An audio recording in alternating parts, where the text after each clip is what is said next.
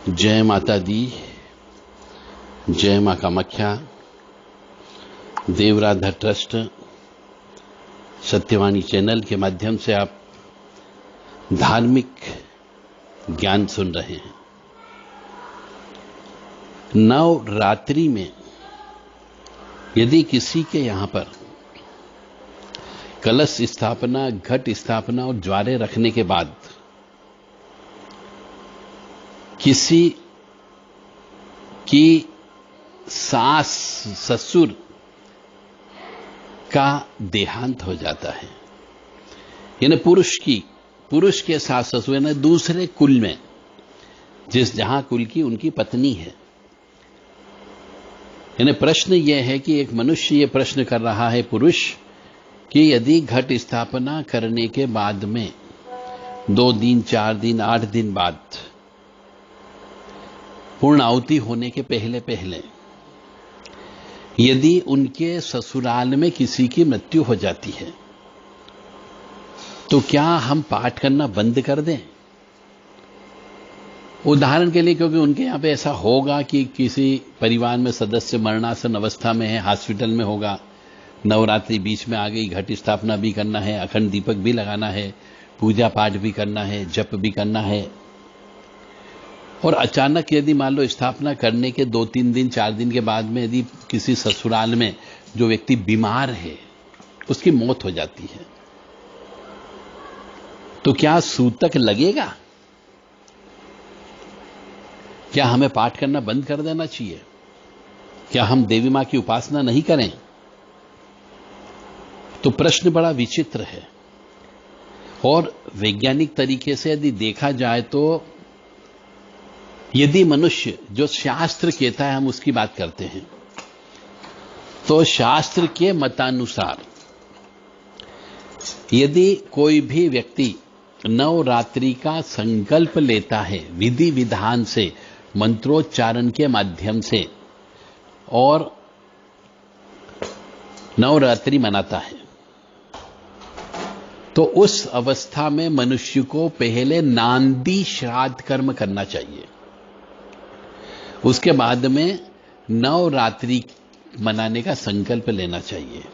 और फिर घट स्थापना और कलश स्थापना का या दीपक, अखंड दीपक जलाना चाहिए। तो ऐसा यदि कोई व्यक्ति करता है, यह विधि विधान है, यदि इस प्रकार से पहले नांदी श्राद्ध कर्म करे, उसके बाद में नवरात्रि मनाने का संकल्प लेते हैं, तो ससुराल में किसी की भी मृत्यु होने पर कोई भी सूतक पातक नहीं लगता है। आपकी जो साधना है वो साधना कंटिन्यू रहती है और साधना भंग भी नहीं होती। बस शर्त ये उसमें यह रहती है कि जिसके आपके ससुराल में यदि मृत्यु हो गई है तो आपके परिवार का कोई भी, यानी आपकी धर्मपत्नी या आपके बच्चे या आप स्वयं, आप अपने ससुराल में नहीं जाओगे जब तक कि अनुष्ठान पूर्ण नहीं हो जाता, तो कोई सूतक नहीं लगता है। परंतु यदि आपने नांदी श्राद्ध कर्म नहीं करवाया और नवरात्रि का संकल्प ले लिया और ससुराल में किसी की मृत्यु हो जाती है,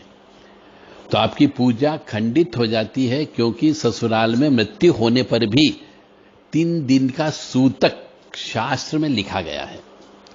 तो सूतक जैसे ही लग जाएगा वैसे आपकी पूजा खंडित मान ली जाती है, फिर आप पूजा नहीं कर सकते हैं। तो इस बात का अवश्य ध्यान रखा जाए कि यदि आपके मालूम है कि आपके ससुराल में कोई व्यक्ति बीमार है, कोई वृद्ध हो गया है बहुत ज्यादा, या किसी की ऐसी अवस्था है कि हॉस्पिटल में है, अब जाए ऐसी स्थिति हो रही हो, पर मृत्यु ही नहीं हो पा रही, परंतु कभी कभी मृत्यु हो जाती है, तो वो नांदी श्राद्ध कर्म करने पर, संकल्प लेने पर वो सूतक पातक का असर नहीं होता है जब तक कि अनुष्ठान पूर्ण नहीं हो जाता। बस शर्त इसमें से इतनी सी है कि आपको स्वयं को, अपनी धर्मपत्नी को और अपने परिवार के सदस्य वो उस जगह नहीं जाएंगे, उसके वहां पे अपने ससुराल में नहीं जाना है, ताकि वहां का कोई सूतक पातक का प्रभाव नहीं पड़ेगा। यदि नवरात्रि मनाते समय पड़ोसी के यहां किसी की मृत्यु हो जाए, तो भी यदि आप संकल्पित हो गए हो मां भगवती की सेवा के लिए, तो आप पड़ोस के यहां मृत्यु होने पर भी उसकी शव यात्रा में शामिल नहीं हो सकते हो, उसके यहां बैठने नहीं जा सकते हो, अन्यथा आपके यहां पर भी सूतक लग जाता है। तो नवरात्रि में यदि आपने संकल्प लेकर के और नांदी श्राद्ध कर्म करने के बाद यदि आप पूजन अर्चन करते हैं विधि विधान से, तो आपके ऊपर किसी प्रकार का कोई भी सूतक नहीं लगता है। इवन यदि आपके परिवार में ही किसी की मृत्यु हो जाए, एक्सीडेंट से मौत हो सकती है, पानी में डूबने से मौत हो सकती, करंट लगने से मृत्यु हो सकती, कोई वृद्ध व्यक्ति हो तो उसकी मृत्यु हो सकती है, परंतु यदि नांदी श्राद्ध कर्म करने के बाद में यदि आप संकल्प लेकर के यदि मां भगवती की सेवा में लग जाते हैं, तो जब तक पूर्ण आहुति और कन्या पूजन नहीं हो जाता तब तक आपके ऊपर भी कोई सूतक नहीं लगता, चाहे परिवार का कोई आपका भाई की मृत्यु ही क्यों न हो जाए। तो इसीलिए कोई भी अनुष्ठान किया जाता है तो उसमें पहले गौरी गणेश की पूजा के बाद नांदी श्राद्ध कर्म करना चाहिए और विधि विधान से ब्राह्मणों का वरण करना चाहिए। जैसे हम एक कार चलाते हैं या बस चलाते हैं,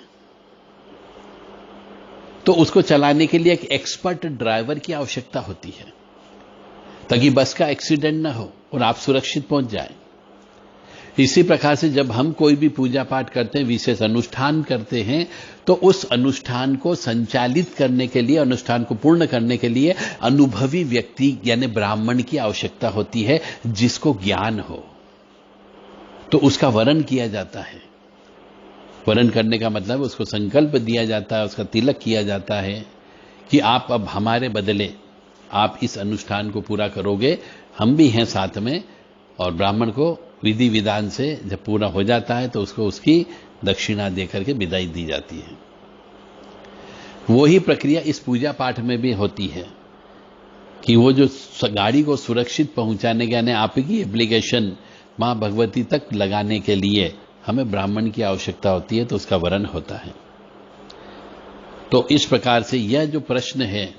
कि ससुराल में मृत्यु हो जाना या परिवार में मृत्यु हो जाने पर क्या खंडित हो जाएगी, तो नांदी श्राद्ध कर्म करने के बाद यदि आप संकल्प लेते हैं और जिसके यहां पे सूतक हुआ उसके घर पे नहीं जाते हैं, जब तक कि कन्या पूजन नहीं हो जाता है तब तक आपको कोई सूतक पातक नहीं लगता है। जय माता दी, जय मां कामाख्या।